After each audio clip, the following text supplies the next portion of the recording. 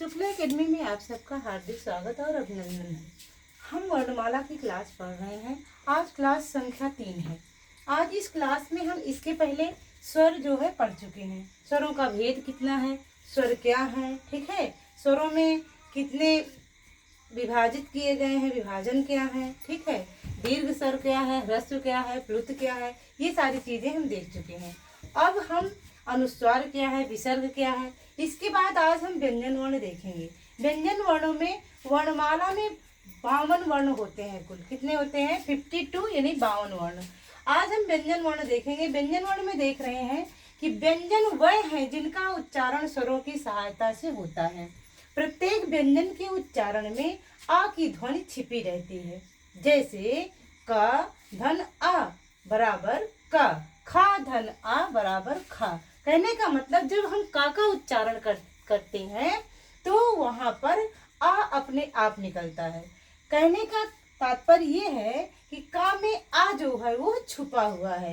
बिना आ की सहायता से, बिना स्वर की सहायता से व्यंजन वर्ण का उच्चारण नहीं हो पाता है। आइए फिर और आगे समझते हैं कि व्यंजन वह ध्वनि है जिसके उच्चारण में भीतर से आती हुई वायु मुख में कहीं न कहीं किसी न किसी रूप में बाधित होती है, अर्थात रुकावट होती है।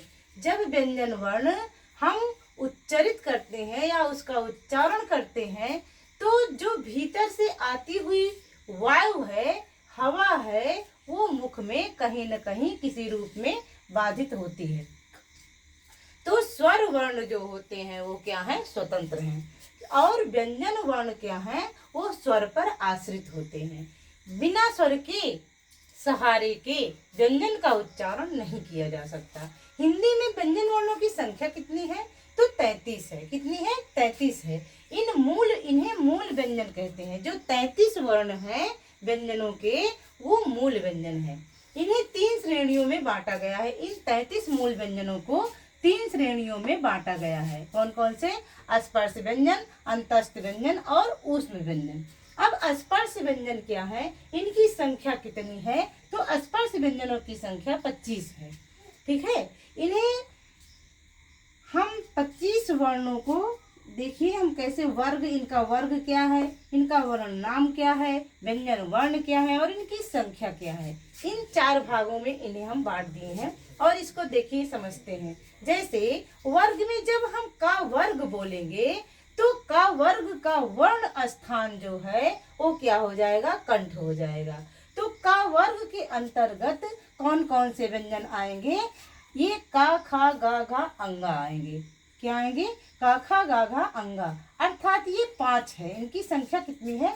5 है। इन 5 वर्णों का उच्चारण स्थान कहिए या वर्ण नाम कहिए, वो क्या है? वो कंठ है। और ये किस वर्ग के अंतर्गत आते हैं? का वर्ग के अंतर्गत आते हैं। इसी प्रकार से हम च वर्ग देख रहे हैं। तो च वर्ग में इसका वर्ण नाम क्या है? तालव्य है। और च वर्ग के अंतर्गत च छ ज झ ञ, अर्थात 5 वर्ण आएंगे। इसी प्रकार से ट वर्ग देख रहे हैं जिसमें कि मूर्धन्य है इसका वर्ण नाम, टा ठा डा ढा आड़ा, और इनकी भी संख्या 5 है। ता वर्ग में ये इनका वर्ण नाम क्या है? ये दंत है। ता था दा धा ना, इनकी संख्या कितनी है? 5 है। पा वर्ग में ओष्ठ इनका वर्ण नाम है और पा फा बा भा मा, इनकी भी संख्या 5 है। इस प्रकार से ये 25 वर्ण हुए। तो स्पर्श व्यंजन की संख्या अगर पूछी जाए तो वो कितनी है? वो 25 है। लेकिन अगर पूछी जाए कि स्पर्श व्यंजनों में वर्ग कितने हैं, तो 5 हैं। 5 हैं। कौन कौन से?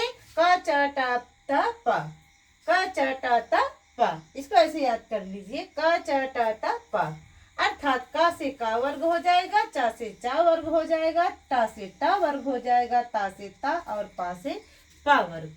ठीक है, इतना समझ में आया? ठीक है। स्पर्श व्यंजन के बाद अब हम दूसरा व्यंजन देख रहे हैं, अंतस्थ व्यंजन। अंतस्थ व्यंजनों की संख्या कितनी है? 4 है। या रा ला वा। इन अंतस्थ व्यंजनों को हम अंतस्थ क्यों कहते हैं? आइए देखते हैं।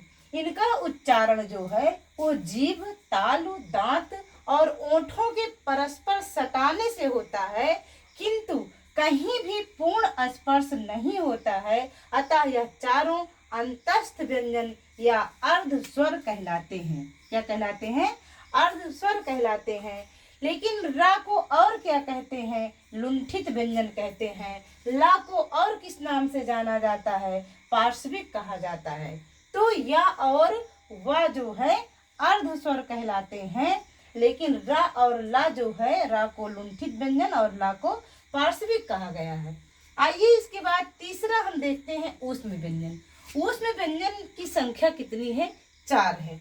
ऊष्म व्यंजनों का उच्चारण एक प्रकार की रगड़ या घर्षण से उत्पन्न ऊष्म वायु से होता है। ऊष्म वायु मतलब होता है जैसे कि मुंह से जब हम इन वर्णों का उच्चारण करते हैं तो मुंह से एक तरीके से गर्म हवा निकलती है। जैसे आप ऐसे हाथ लगा के देखिए, श श श हा, क्या निकल रही है? गर्म हवा निकल रही है। तो ऊष्म हवा, ऊष्म वायु उसी का तात्पर्य है। तो स और हा, ये 4 क्या है? ऊष्म है। चूंकि इनके उच्चारण में ऊष्मा निकल रही है, ऊष्मा बाहर आ रही है, इसलिए इसे ऊष्म व्यंजन कहते हैं। आइए मूल व्यंजनों की संख्या जैसा कि हमने बताया कितनी है? 33 है। तो इन 33 व्यंजनों में बस यही स ह तक ही आते हैं, ठीक है। लेकिन आगे हम संयुक्त व्यंजन देखेंगे। संयुक्त व्यंजनों की संख्या कितनी है? 4 है। संयुक्त इन्हें क्यों कहा गया है? क्यों इन्हें मूल व्यंजनों में नहीं रखा गया है? क्योंकि ये छत्रंग्यास्रा जो है, ये जो है 2 वर्णों के मेल से बने हैं, इसीलिए इन्हें संयुक्त कहा गया है और इसीलिए इन्हें मूल व्यंजनों में नहीं रखा गया है। आगे जब हम अगली क्लास में देखेंगे कि इन छत्रंग्या और स्रा को किन किन वर्णों से इसे बनाया गया है, किन वर्णों को संयुक्त करके ये छ का निर्माण हुआ है, किन वर्णों से त्र का निर्माण हुआ है, किन वर्णों से ज्ञा और स्रा का निर्माण हुआ है, वो चीज हम देखेंगे। अब हम देख रहे हैं उच्छिप्त व्यंजन। ये उच्छिप्त व्यंजन जो है ये 2 हैं। कितने हैं? 2 हैं। इन्हें हम नवीन व्यंजन भी कहते हैं, क्योंकि ये बाद में देवनागरी लिपि में जो है जोड़े गए हैं, इसलिए इन्हें नवीन व्यंजन भी हम कहते हैं। रा और ढा, रा की नीचे बिंदी होती है और ढा के नीचे बिंदी होती है, इसलिए इन्हें उच्छिप्त व्यंजन या फिर इन्हें नवीन व्यंजन कहते हैं, ठीक है। तो व्यंजन जब इनको 4, 2, 6 यानी 4 संयुक्त व्यंजन को और 2 उच्छिप्त व्यंजन को जब 33 व्यंजनों में जोड़ दिया गया तो व्यंजनों की कुल संख्या कितनी हो जाएगी? 39 अर्थात 39 हो जाएगी, ठीक है।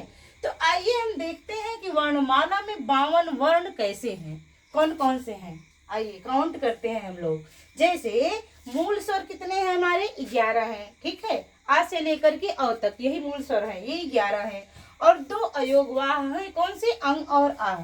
तो 11 2 कितने हुए? 13 हो गए। 13 में 33 मूल व्यंजन, जैसा कि आपने अभी देखा, ये 33 व्यंजन हो गए, ठीक है। तो कितने हुए? 30 10 40 6 46 हो गए, ठीक है। ये 46 वर्ण हो गए यहाँ तक। अब संयुक्त व्यंजन कितने हैं? 4 हैं। तो 46 4 50 हो गए। और उच्छिप्त या द्विगुण व्यंजन जो है कितने हैं? वो 2 हैं। तो टोटल मिला के कितने हो गए? 52 वर्ण हो गए। यही 52 वर्ण है हमारी वर्णमाला में, ठीक है। अगली क्लास में हम इन संयुक्त अक्षरों को किन किन अक्षरों से जोड़ा गया है, किन किन वर्णों से इसे जोड़ा गया है, वो हम देखेंगे। और आगे और भी इससे भी महत्वपूर्ण क्लास हम लेकर के आएंगे आपके लिए। धन्यवाद।